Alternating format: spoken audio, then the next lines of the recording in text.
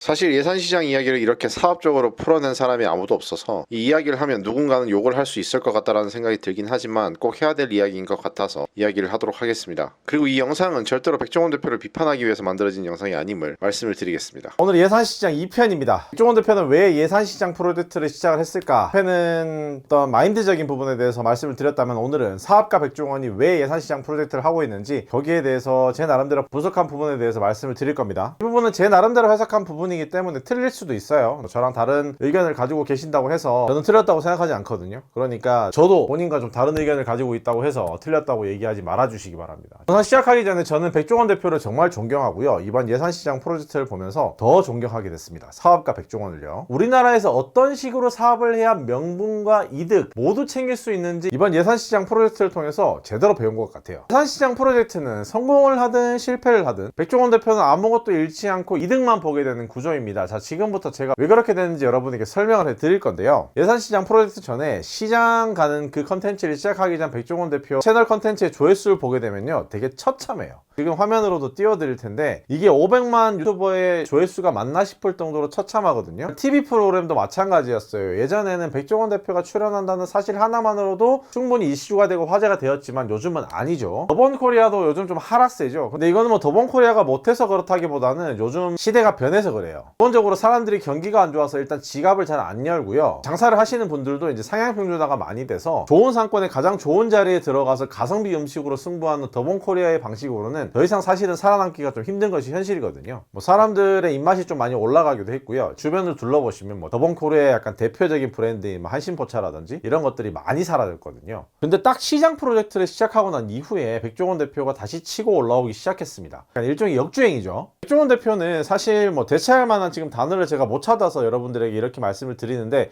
좀 무례할 수도 있습니다. 근데 좀 지겹죠? 유재석 같은 사람이에요. 한 분야에서 가장 전문가이고 필요한 사람이고 안정적이고, 근데 너무 좀 오래된 거지. 새로운 사람을 좀 보고 싶은데 이 사람만한 대체제가 없어. 근데 이제 사람들이 예산시장 프로젝트를 보면서 느낀 거죠. 아, 역시 구간이 명간이구나. 백종원 대표만한 사람이 없어. 골목식당만한 그런 프로그램이 없어. 약간 이렇게 느끼게 되는 거죠. 자, 그럼 봅시다. 백종원 대표가 예산시장을 통해서 어떤 걸 얻게 되는지 지금부터 제가 설명을 해드릴 텐데요. 일단 예덕학원 같은 경우에는 백종원 대표의 사학재단이죠. 이 사학재단인 예덕학원이 수익형 부동산을 얻게 됐습니다. 여러분도 잘 모르실 수도 있겠지만 우리나라에 굉장히 많은 사학재단들이 이런 수익형 부동산을 가지고 있거든요. 예덕학원이 수익형 부동산을 가지게 됐다라는 거. 자산도 생겼고, 그리고 거기에 따라서 안정적인 수입원도 생겼다라는 거. 이게 첫 번째 이득이고요. 그 다음에 TMC, 백종원 대표의 유튜브 채널을 운영하는 그 회사죠. 일단 제일 중요한 건 화제성을 다시 찾았다라는 거. 이게 정말 중요하고요. 조회수가 예전보다 훨씬 더 많이 올라버렸어요. 거의 뭐 한 10배 정도 이렇게 뛰었거든요. 그리고 최근에 보니까 백종원 대표가 새로 이제 어떤 프로그램에도 들어가는 것 같더라고요. 그래서 지금의 이런 화제성을 가지고 그 프로그램에 들어가게 되면 프로그램이 또 잘 될 확률이 높겠죠. 그러면은 앞으로도 이 TV 같은 그런 공중파 프로그램에도 계속 나갈 수 있는 그런 화제성을 가질 수 있게 되겠죠. 더본코리아, 상인들에게 투자를 했지만 지자체에서 보조금도 나오고, 보조금이 나오지 않는다 하더라도 예산시장에서 만든 시스템, 그리고 레시피, 그 메뉴의 화제성 전부 다 더본코리아의 이득이거든요. 그리고 음식 작업은 역시 더본코리아라는 그런 신뢰성, 화제성도 다시 찾게 됩니다. 이건 사실 돈보다 더 가치 있는 것이거든요. 브랜드의 신뢰도,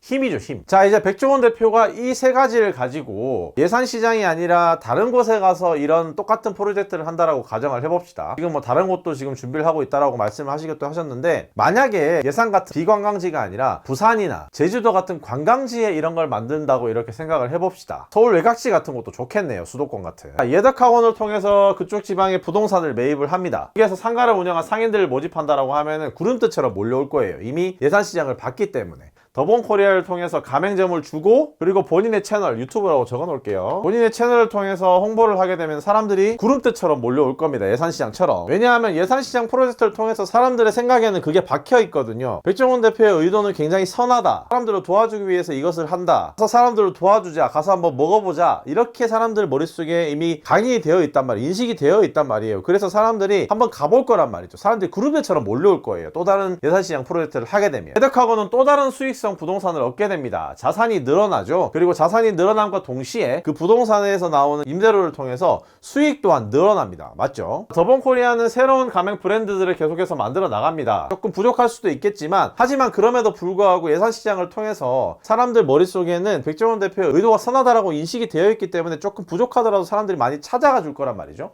그 찾아가는 사람들을 보면서 장사를 하려고 했던 사람들은 그 모습을 보면서 어떤 생각을 할까요? 아, 저걸 받아야 되겠다. 회사의 수익성이 쑥쑥 올라갑니다. 가치도 올라가겠죠. 그리고 곧 상장을 한다고 얘기를 들었는데 그러면 이미지도 좋기 때문에 상장을 했을 때도 가치가 엄청나게 높아지겠네요. 그죠? 그리고 백종원 대표의 유튜브 채널 이 TMC 이것도 조회수가 계속해서 올라갈 겁니다. 왜냐하면 사람들이 예산시장을 통해서 계속해서 관심을 갖기 시작했거든요. 화제성을 띠기 시작했거든요. 그러면 제2의 예산시장 프로젝트, 제3의 예산시장 프로젝트, 골목식당2, 골목식당3 계속해서 조회수가 잘 나오겠네요. 그러면 채널도 계속해서 성장해 나가겠죠. 사실 어떻게 보면 기존의 유튜브 채널 같은 경우에도 위기를 맞았었고 더본코리아 같은 경우에도 위기를 맞았었어요. 근데 이번 예산시장 프로젝트를 통해서 이 모든 위기를 한 번에 다 극복을 해버렸습니다. 자, 이거 예산시장 잘 안 되면 사람들이 상인들 탓 알아서 해줄 겁니다. 백종원 대표 탓 아무도 안 할 거예요. 뭐 욕심이 과했다, 열심히 노력하지 않았다 이렇게 다 해줄 거거든요. 사람들이 알아서. 근데 예산시장에서 장사하는 거 힘들어요. 뭐 장사하는 거 어디에나 다 힘들겠지만 이렇게 사람들이 몰리는 곳에서 갑자기 몰리게 되면 장사하는 거 되게 힘들거든요.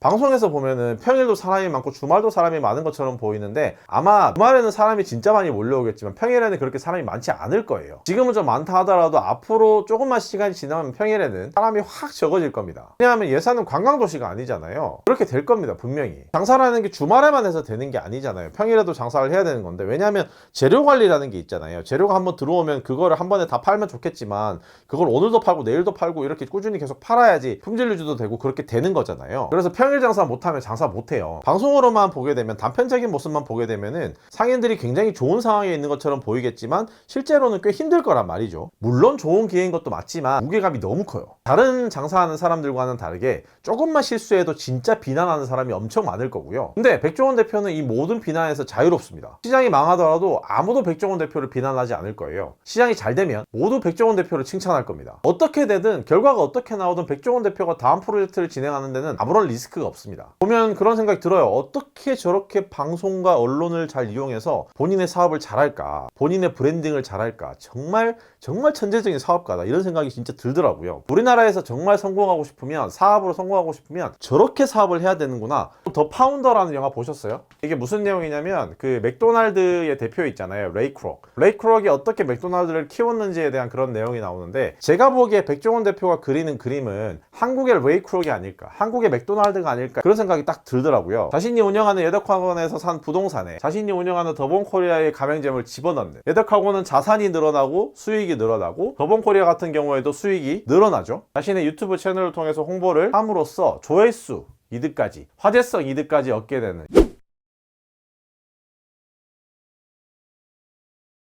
자, 보세요. 지금 이렇게 컨텐츠가 좋고 의도가 좋으니까 어떤 일이 일어나고 있는지 여러분이 보시면서 느낄 수가 있는 게, 자, 지금 유튜버들 중에 굉장히 유명한 먹방 유튜버들 있잖아요. 그런 먹방 유튜버들이 전부 다 예산시장에 다 찾아갔습니다. 그 유튜버들 여러분 한 번 광고하는데 보통 4천만 원에서 5천만 원 정도 들거든요. 그 사람들이 그냥 공짜로 다 찾아가서 다 홍보를 해줬어요. 진짜 그거 하나만으로도 거의 10억이 넘는 수익을 이미 얻은 셈이거든요. 자, 그럼 결론이 뭐냐? 예전에 기억나실지 모르겠지만 스티브 잡스가 살아있을 때 했던 마케팅 강연에서 그런 얘기를 한 적이 있습니다. 세계 최고의 마케팅 회사는 나이키다. One of the greatest jobs of marketing the universe has ever seen is Nike. Remember, Nike sells a commodity. They sell shoes. And yet, when you think of Nike, you feel something different than a shoe company. In their ads, as you know, they don't ever talk about the products. They don't ever tell you about their air soles and why they're better than Reebok's air soles. What does Nike do in their advertising? They honor great athletes and they honor great athletics. That's who they are. That's what they are about.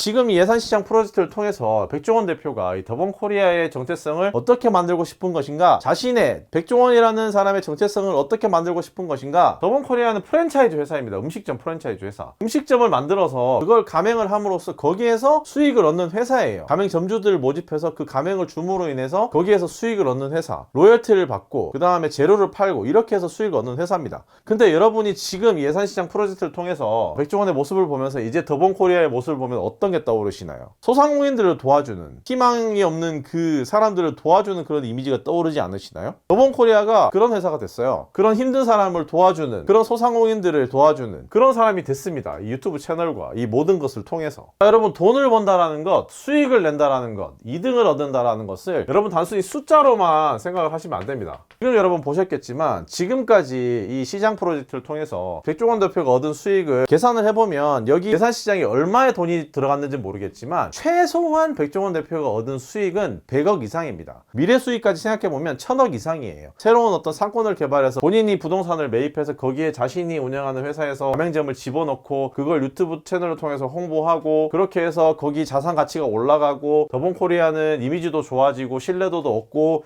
여기 수익도 올라가고 주식시장에 상장하고 에더카우버는 수익형 부동산이 생기고 안정적인 수입원이 생기고 이런 모든 수익, 미래 수익을 예상해보면 이거는 진짜 100억이 아니라 1000억 이상이에요. 얼마나 많이 투자금이 들어갔는지 모르겠지만 뭐 한 몇십억 들어갔겠죠. 몇십억의 투자금을 집어넣어서 지금 백종원 대표가 얻은 수익은 1000억 이상의 수익을 얻은 겁니다. 이 예산시장 프로젝트를 통해서. 보셨습니까? 백종원 대표가 왜 예산시장 프로젝트를 진행했는가? 백종원 대표는 사업가입니다, 여러분. 사업가는 여러분 자신의 이득이 없는 곳에, 자신이 이득을 보지 못하는 곳에는 절대로 시간과 그 다음에 노력 그리고 돈을 투자하지 않습니다. 이게 절대 나쁜 방법이 아닙니다, 여러분. 나이키처럼 자기 자신을, 자기 회사를 여러분들에게 브랜딩을 하고 있는 겁니다. 여러분들이 사업을 하실 거라면 이런 큰 그림을 그리는 모습을 분명히 생각을 하셔야 됩니다. 분명히 배우셔야 됩니다. 이렇게 생각을 하시고, 생각을 많이 하시고 큰 그림을 그리시고 노력을 해야지만 이렇게 큰 백종원 대표처럼 정말 성공한 사업가가 되실 수가 있는 거예요. 돈을 벌 수가 있는 거예요. 부자가 될 수가 있는 겁니다. 아시겠죠? 정말 존경합니다, 백종원 대표님.